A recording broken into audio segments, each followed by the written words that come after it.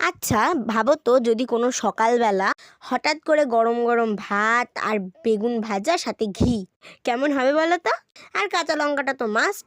হ্যাঁ, তোমরা সবাই ঠিকই দেখেছো। আজকে আমাদের ব্রেকফাস্টে ছিল এই সুস্বাদু খাবারটা। সত্যি কথা বলতে গেলে আমার তো বেগুন ভাজা ঘি দিয়ে কাঁচা লঙ্কা দিয়ে ভাত অসাধারণ লাগে।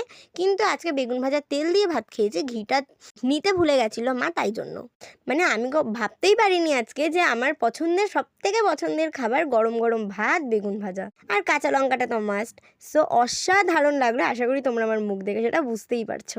অনেক দিন বাদে আজকে খেয়েছি, তো তারপরে আমার হাঁসগুলোর জন্য খাবার নিয়ে চলে এসেছি। আজকে ওদের ব্রেকফাস্টে রুটি দিয়েছি, তো সেইটাই ওদেরকে দিয়ে দিলাম। আর ওরা তো প্যাক প্যাক প্যাক প্যাক করতে করতে খাচ্ছে।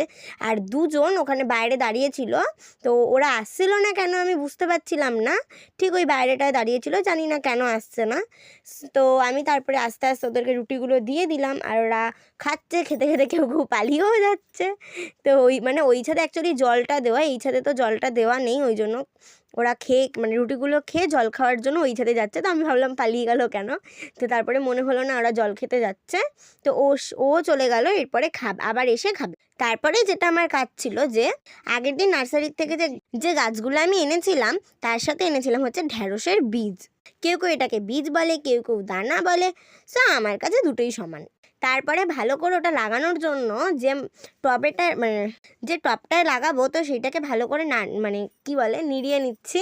আগে দুটো টবে লাগিয়ে দিয়েছি, সেটা আমি ভিডিও করতে পারিনি। তো এখন তো এই জন্য ভালো করে মাটিটা নিড়িয়ে নেব, কারণ ওর মধ্যে আগে থেকে অনেকটা মাটি ছিল, তো ওইটাকে ভালো করে নাড়িয়ে নিলাম। আর আমাদের এখানে এত রোদ, একটু আগে রোদ উঠছিল না, তারপরে এমন রোদ উঠে গেল যা থাকা যাচ্ছিল না। তো তাই জন্যই আমার একটা সোয়েটার ছিল, তো ওইটাকেই মাথায় লাগিয়ে নিলাম। জানি আমাকে দেখতে একটু আজব টাইপের লাগছে, সেটা লাগবারই কথা ওরকম।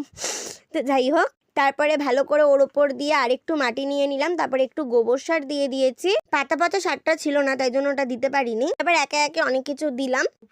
তারপরে ভালো করে জল দিয়ে মাটিটাকে একটুখানি কাদা কাদা করে নিলাম। আর তারপরে ওই যে বীজের মধ্যে যে জলটা ছিল ওটাও একটুখানি ঢেলে দিলাম। আর ওই যে ঢ্যাঁড়সের বীজগুলো ছিল সেগুলোকে একটা একটা করে আবার পুঁতে দেওয়ার পালা। আচ্ছা, তোমরা কারা কারা নিজের হাতে গাছ লাগাতে বেশি পছন্দ করো, এটা কিন্তু অবশ্যই জানিও। অনেকে আছে যারা নার্সারি থেকে গাছ লাগিয়ে আনে, আমার কিন্তু ওগুলো ভালো লাগে না। নিজের হাতে লাগাবো, তার একটা আলাদাই মজা, তাই না? তো একে একে সবকটা বীজে লাগিয়ে নিলাম। আমি ভিজিয়েছিলাম হচ্ছে 9টা বীজ, বাদবাকি টবেও দিয়েছি, আর এটাতেও দিয়ে ভালো মতো জল দিয়ে নিলাম। আর বাদবাকি যেই টবগুলোর মধ্যে লাগিয়েছিলাম সেগুলোতেও মাটি ভরাট করে জল দিয়ে দিয়েছে, এটাতে আগে থেকেই জল দেওয়া ছিল। তো ভিডিওটা আজকে এতটুকুই। কেমন হলো অবশ্যই জানিও। এবার অঙ্কুরোদ্গম হলে তোমাদের সঙ্গে দেখাবো। তো চলো।